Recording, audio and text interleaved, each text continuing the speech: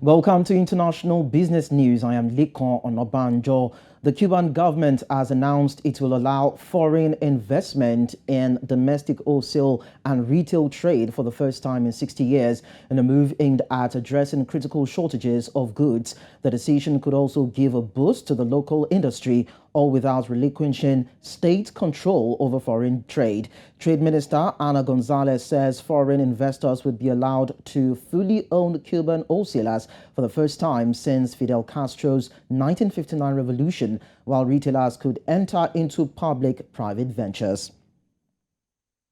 Australia's wages rose at their fastest rate in almost 8 years, but were still less than half the headline inflation rate, a record gap likely to fuel calls at the next month's jobs summit for more steps to halt the decline in real household incomes. The Australian Bureau of Statistics says the wage price index rose 0.7% in the June quarter and 2.6% annually, seasonally adjusted. Economists had predicted the WPI would rise about 2.7% on an annual basis and 0.8% in the 3 months to the end of June. In the March quarter, WPI was 2.4%. Markets drifted in Asia on Wednesday, with investors trying to navigate an uncertain economic landscape as central banks hike interest rates to fight runaway inflation, in turn fueling fears of a possible recession.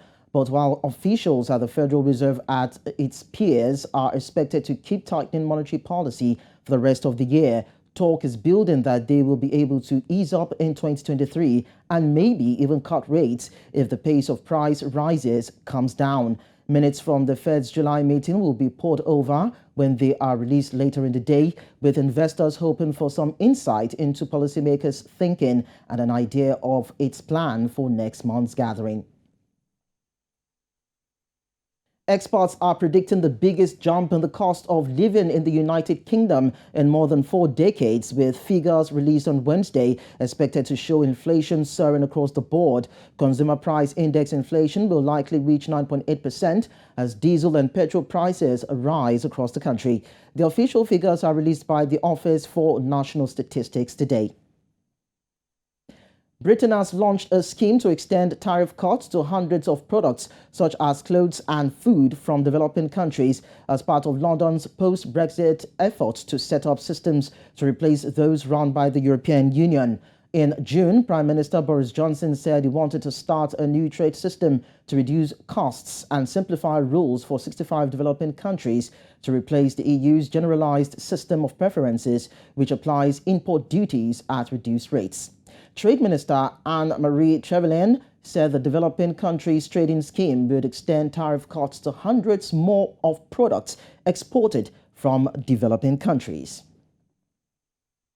And that's about it on International Business News. Our next conversation tells us that Nigerians have been told to brace up for a blackout if the National Union of Electricity Employers in Nigeria eventually embark on their proposed strike. We'll get right into it after this break.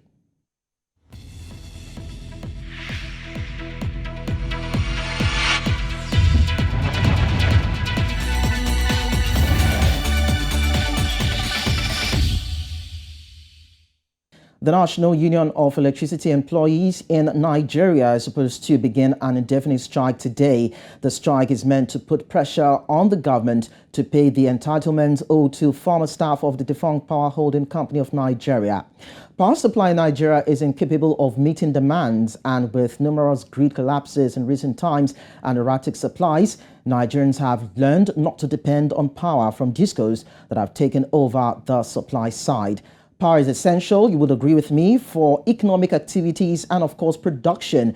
And a strike like this could have serious consequences for the country's economy. So we have Gospel Obele, Chief Economist for Streetnomics, joining us on the show this morning to take a look at why NUEE is thinking about going on strike. You're welcome, Gospel. All right, Gospel, can you please unmute your mic so that I can hear you properly? I am unmuted. Good All morning. right, Can you hear me, beautiful. So please? let's get right into it. Now, NUEE, they're saying that they want to go on an indefinite strike, and they're saying that they want to put pressure on government so that government should pay or can pay the entitlements owed to former staff of the defunct power holding company of Nigeria. So is that reason tenable, or there are other underlying grievances as to the proposed strike? Well, so far so good. What we know about is the conversations around living conditions or conditions of work, of the workers within that space, and that's an argument that's been happening, for quite some time now.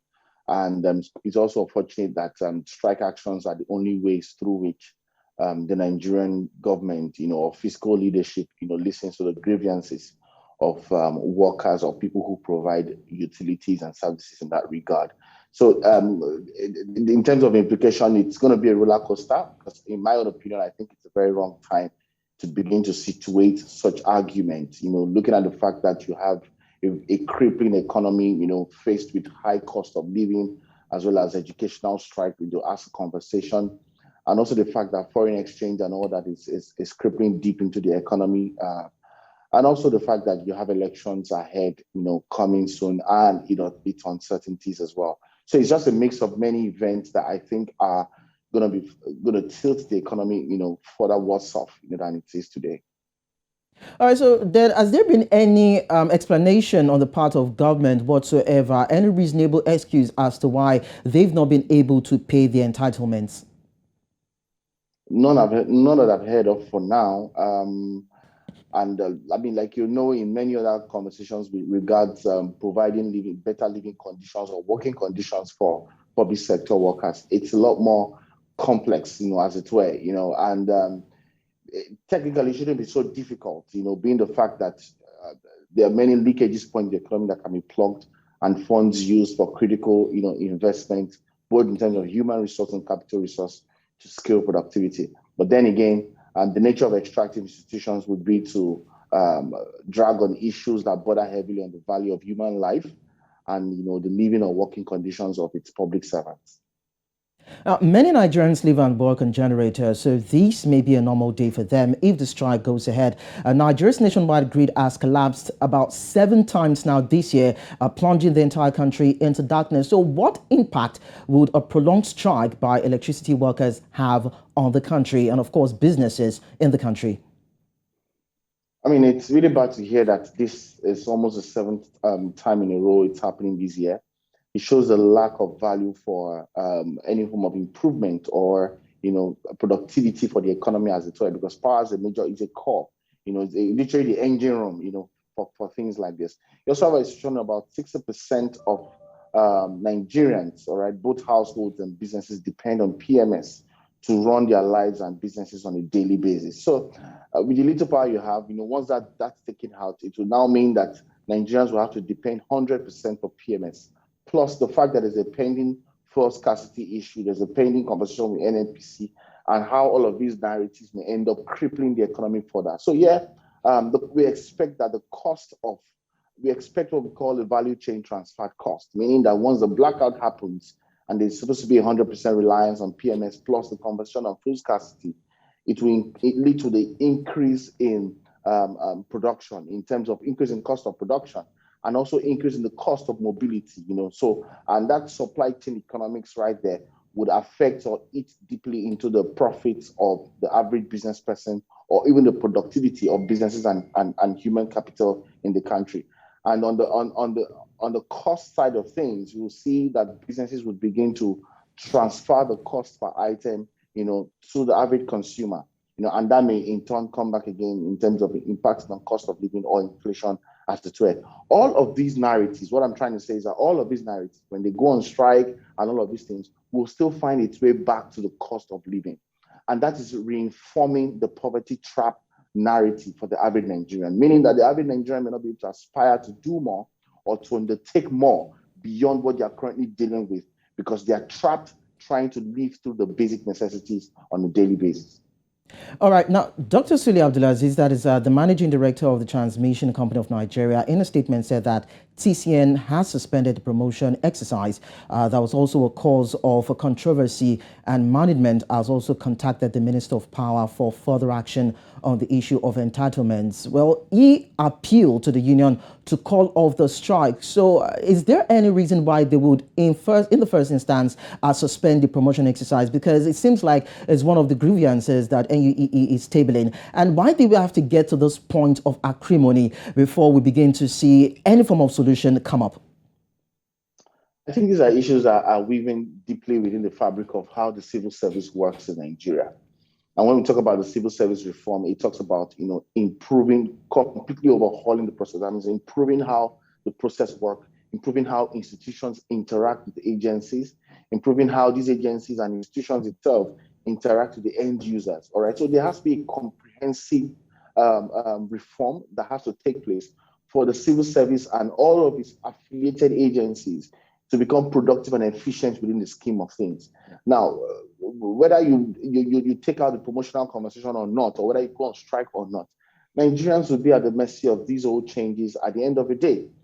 So the fact that the civil service is literally crippled in its process, in its funding, in its human capital, and all that it's supposed to engage productively, would mean that there is a lot more that needs to be done, as it were, as a nation and as a people. So I would think of further thinking about it from a more reform standpoint, because these are just low-hanging fruits to show that there are deeper causal reasons why these issues happen in the first place. When you talk about promotions, the power space is not the only place you have these conversations. You hear about it in civil defense, you hear about it in MDAs, you hear about it in other institutional blocks and all that. It's a comprehensive civil service challenge that needs a complete reform, for productivity to kickstart. And until institutionally, the focus is productivity and efficiency for the average Nigerian, we may not see a reason why we need to reform the civil service in the first place. All right, so finally, Gospel, how do you think government should react to this proposed strike? What sort of intervention do you think should come in to at least prevent NUEE from going on the strike? I think, first of all, top of mind would be to meet demand, so that you get sort of like try to buy time, or even if you can't meet demand, get into a fruitful win-win conversation with stakeholders. Or that needs to happen, first of all, so that you buy time and ensure people get back to work, and you can at least salvage what is left, within the context of a fast crippling economy, as it were, because there's a lot more at stake if these folks further go on strike as well. And so I would think of a win-win or a negotiation in the midterm. The short term. In the midterm would be to truly reform the civil service. And that's a big conversation, because there are much more stakeholder vested interest, all right, who are sort of who are already making more out of a system that's not working at the moment. And I think that it's going to further cripple the economy in the long term. So find a win-win conversation, to fix the challenge you have right now, and look towards a more structural solution, which is reforming the civil service in itself. So that at the end of the day, you have a comprehensively working system that makes it worthwhile for the average Nigerian to live, to work, and to earn. Anything that threatens how they live, work, and earn, all right, or play, it's counterproductive in the mid to long term. Thank you so much, Gospel Obele, for joining the conversation.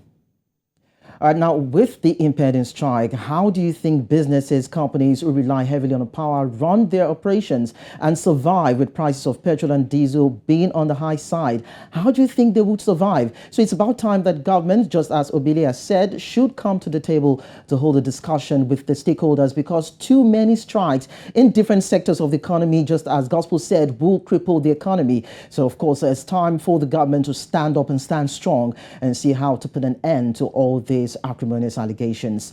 All right, so we go on a short break, and when we return, it will be time for NC4 to watch. Do stay with us.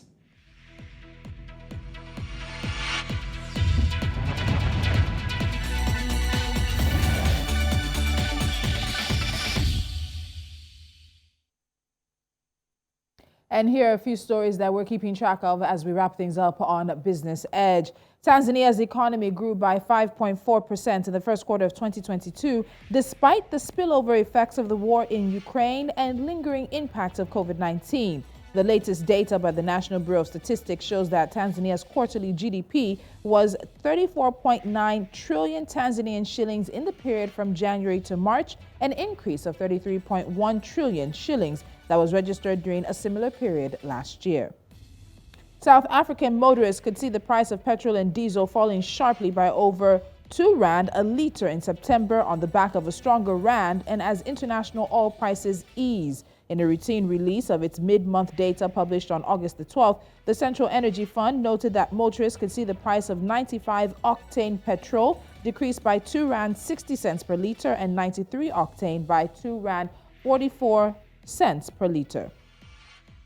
Nigeria's House of Representatives Committee on Public Accounts is investigating the Federal Ministry of Agriculture over the award of contracts worth about 18.9 billion naira to several companies to clear bushes during the lockdown of COVID-19.